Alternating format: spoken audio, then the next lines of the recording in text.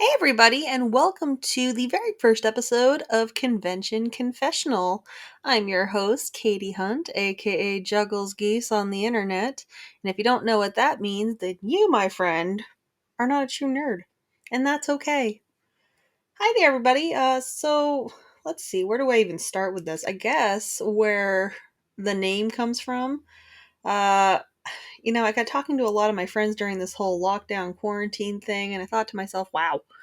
We have been doing this for a long time, and we have some choice stories to tell that at this moment in time are just inside stories, but I feel like they're a little bit life lesson-y at times, if that's even a word, life lesson-y, it is now.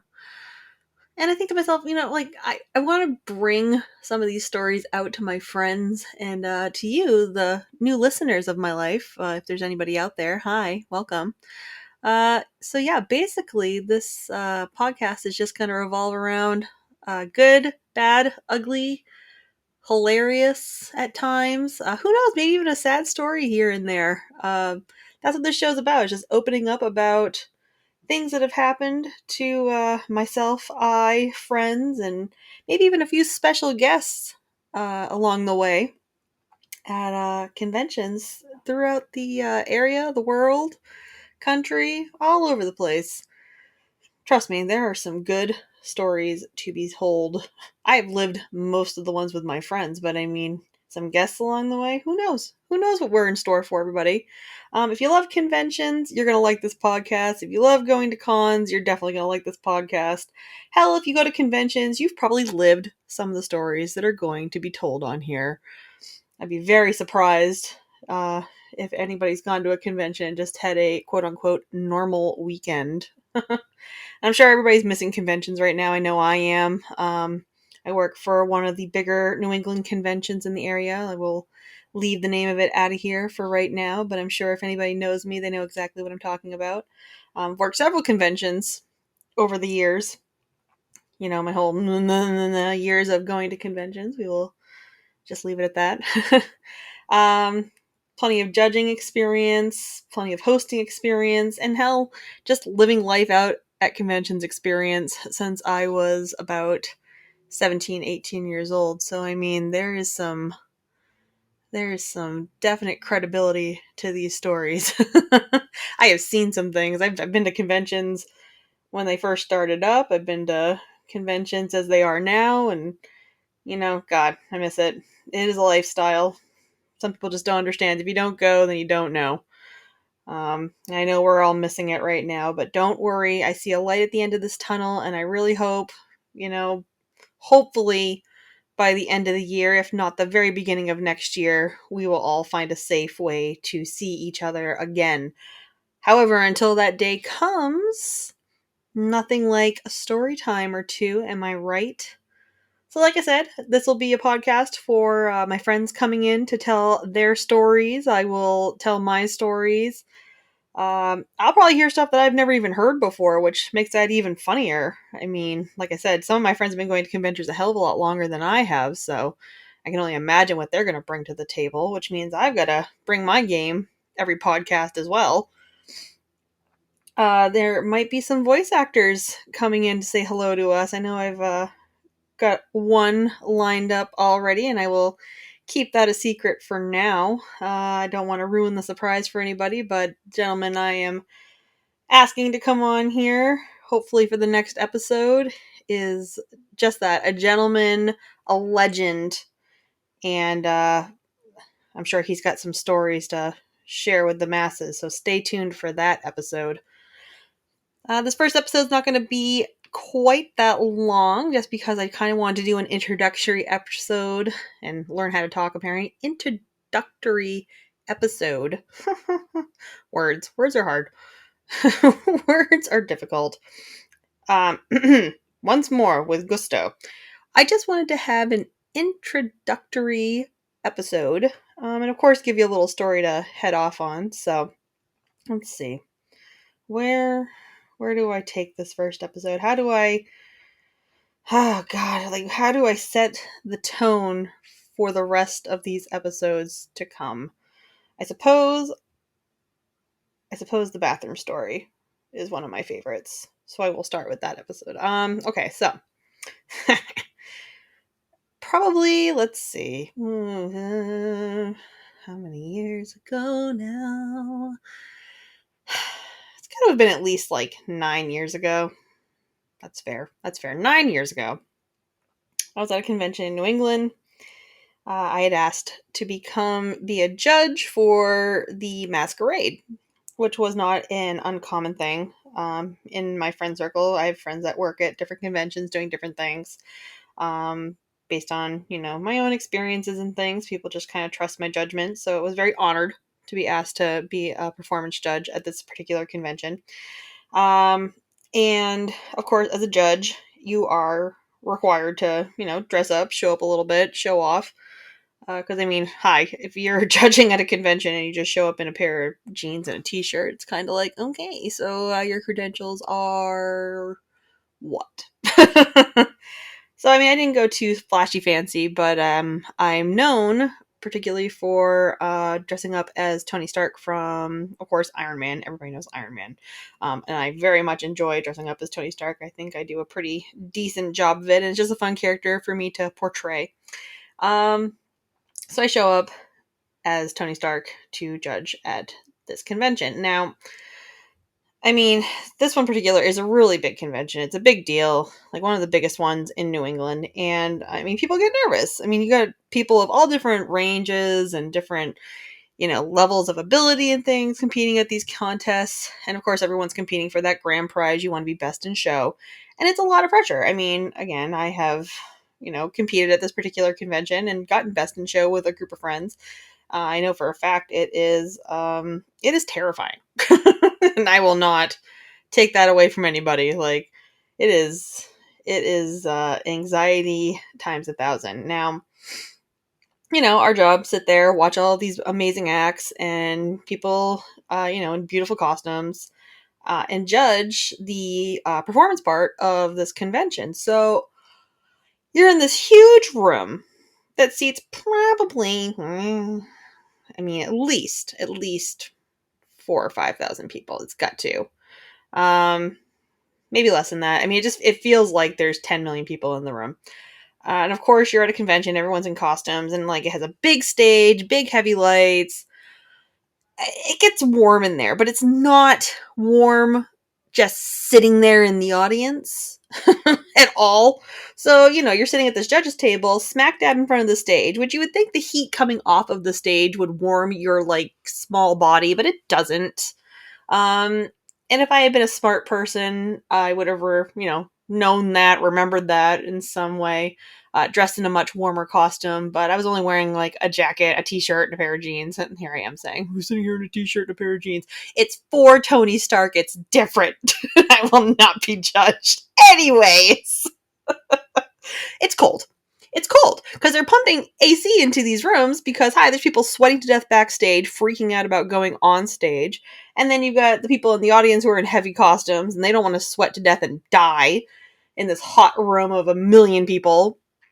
Just the number goes up of how many people are in the room every time I'm going to tell the story. So, in cold weather, your bladder shrinks. Right.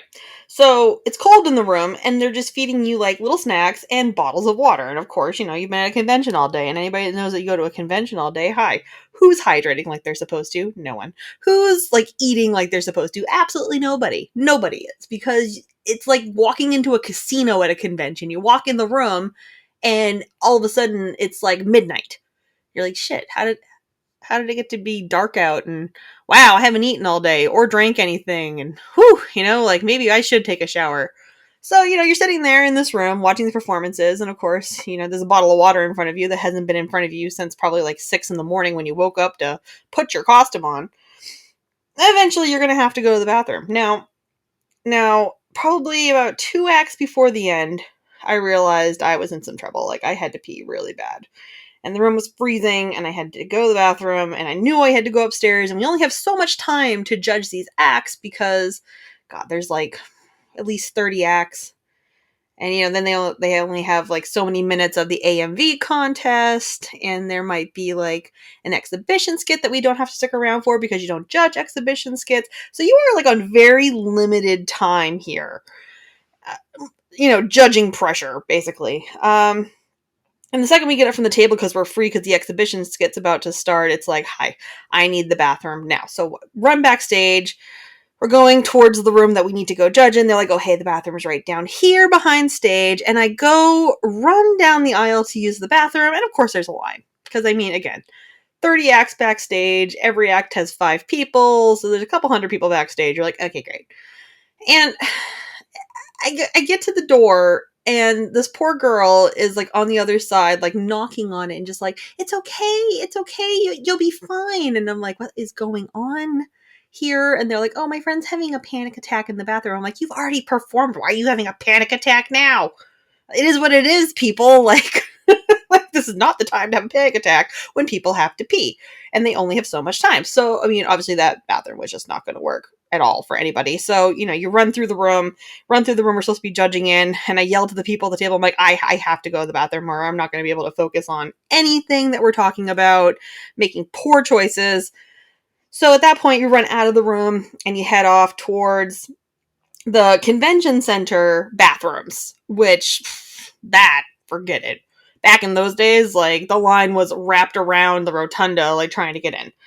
And so I run towards the women's room, and there's a line, and I'm standing there dressed like Tony Stark, and I'm like, okay. Gonna wet my pants, or not gonna make it back for judging. Those are my 2 options. And I look at the girl in front of me, and I'm like, listen, I don't want to be that person, but I really have to use the bathroom, and I really have to get back to judging for Masquerade. Is there a chance I can get in front of you? And the girl's like, oh my god, of course you can. Fucking angel, like, of a person. Okay. Next person, same thing. Oh my god, you have to get back to judging? Like, there's like 4 or 5 girls that just like, and I can see the door to the bathroom getting closer to me. I'm like, yes. And then there's this one girl, and she just looks at me and she goes, and we're all waiting for the bathroom. And I'm like, yeah, I'm aware of that. I'm like, I'm not trying to be that, like, dick of a person. I just, like, I really need to get back to this judging thing. Like, hi, I'm one of the judges. And she just did not give any. Like, her field was barren of fucks to give. So I'm sitting there and I'm doing the pee-pee dance. And I look over, and in the men's room, there's no line at all because, you guys can pee standing up. So no line. And I'm standing there and I'm staring at it. And I'm like, you know what? Fuck it. Run across the hall, go into the bathroom. Now, one of my friends was in the bathroom, and as I walk in looking for a stall to use, he looks up from washing his hands at the sink, and he's like, Katie, what are you doing in here? And the whole bathroom goes into, like, lockdown panic mode, like, looking at me. Like, I've got guys at urinals that are, like, literally, like, as far into the urinal as they can possibly be, like, covering their junk. Like, I've gone in there to, stare at them. Yes, my mission. They've caught me. And I'm like, I can't. I'm like, I have to use the bathroom. I'm using this bathroom. Like, I'm not going to use this bathroom. And the bathroom attendant's just like, oh, miss, like, this is the, I'm like, I am fully aware this is the men's room, but I need to pee so bad. And I'm going to pee on you if I do not get to use a bathroom now. So he directs me over to a stall. And the whole time I'm sitting there, I'm thinking, like, the door's going to open and, like, convention security is going to be there. And I'm going to get carted off for being some kind of a pervert, which is not the case whatsoever. Thankfully, none of that happened. I scared the life out of, like, a couple of little nerdy guys that were just, like, horrified that a girl was in the bathroom with them for a whole 30 seconds. Made it back in plenty of time for judging. Never got spoken to about it, which, thank God. But, yeah, I definitely walked right into a men's bathroom dressed as Tony Stark, yelling about needing to pee at a convention. So, there it is. That is, I guess, story number 1 on my end.